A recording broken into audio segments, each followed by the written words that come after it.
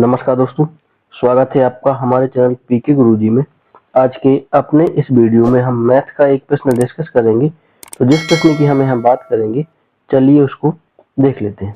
प्रश्न क्या है कि गत वर्ष मेरी आयु एक पूर्ण वर्ग संख्या थी, अगले वर्ष यह एक घन संख्या होगी, मेरी वर्तमान आयु क्या है। ठीक है, ये हमें बताना है कि जो उसकी वर्तमान आयु है वो क्या है। तो इसके लिए उसने जो कहा है कि अगर कोई व्यक्ति वर्तमान में है यहाँ पर, ठीक है, एक करंट में चल रहा है, उसकी एक साल पहले, ठीक है, एक साल पहले जो उसकी आयु होगी, कोई भी है, मान लेते हैं हम एक्स है, वो क्या संख्या थी, वो पूर्ण वर्ग संख्या थी। और इसके जो बाद जो वाई होगी, जैसे मानेंगे कि एक वर्ष बाद उसकी आयु जो होगी वो होगी वाई, तो ये यहाँ पर है घन। ठीक है, क्या है, घन संख्या है और ये थी वर्ग संख्या, एक पूर्ण वर्ग संख्या थी और अगले साल हो जाएगी एक घन संख्या। तो बताना है कि उसकी जो वर्तमान आयु है वो क्या है। ठीक है, तो इसको हम ऑप्शन से लगा के देखते हैं। कैसे देखेंगे, जैसे कि 24 अगर हम मान लेते हैं कि 24 है, 24 से पहले क्या आता है 23, और 24 के बाद क्या आता है 25। तो जो 23 है वो पूर्ण वर्ग संख्या नहीं है और जो 25 है वो घन संख्या नहीं है, यानी ऑप्शन नंबर ए बिल्कुल क्या हो जाएगा, गलत हो जाएगा। बी के लिए चेक करते हैं, बी है 25।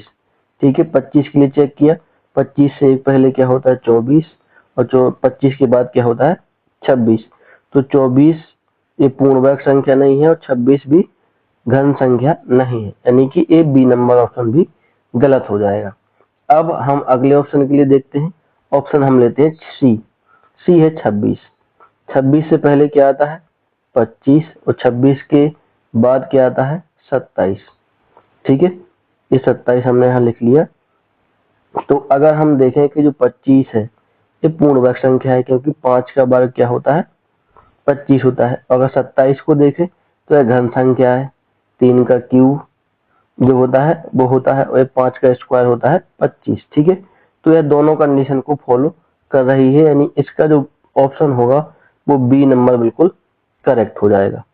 ठीक है, सी नंबर ऑप्शन जो 26 है वो इसका बिल्कुल करेक्ट हो जाएगा कि जो अभी उसकी वर्तमान आयु वो 26 है, उससे एक वर्ष पहले क्योंकि 25 आता है जो कि पूर्ण वर्ग संख्या होती है, और जो 27 है वो घन संख्या होती है। तो ये कंडीशन हमारे 26 पे फॉलो कर रही है। अगर हम 27 पे भी देखें तो अगर 27 ले लेते हैं, 27 से पहले 26 आता है और 27 के बाद में 28 आता है, तो 26 भी पूर्ण वर्ग संख्या नहीं है और 28 भी घन संख्या नहीं है, यानी कि इसका जो सही ऑप्शन रहेगा वो ऑप्शन सी ही रहेगा। ठीक है, थैंक यू दोस्तों, इस वीडियो को देखने के लिए आपका बहुत बहुत धन्यवाद।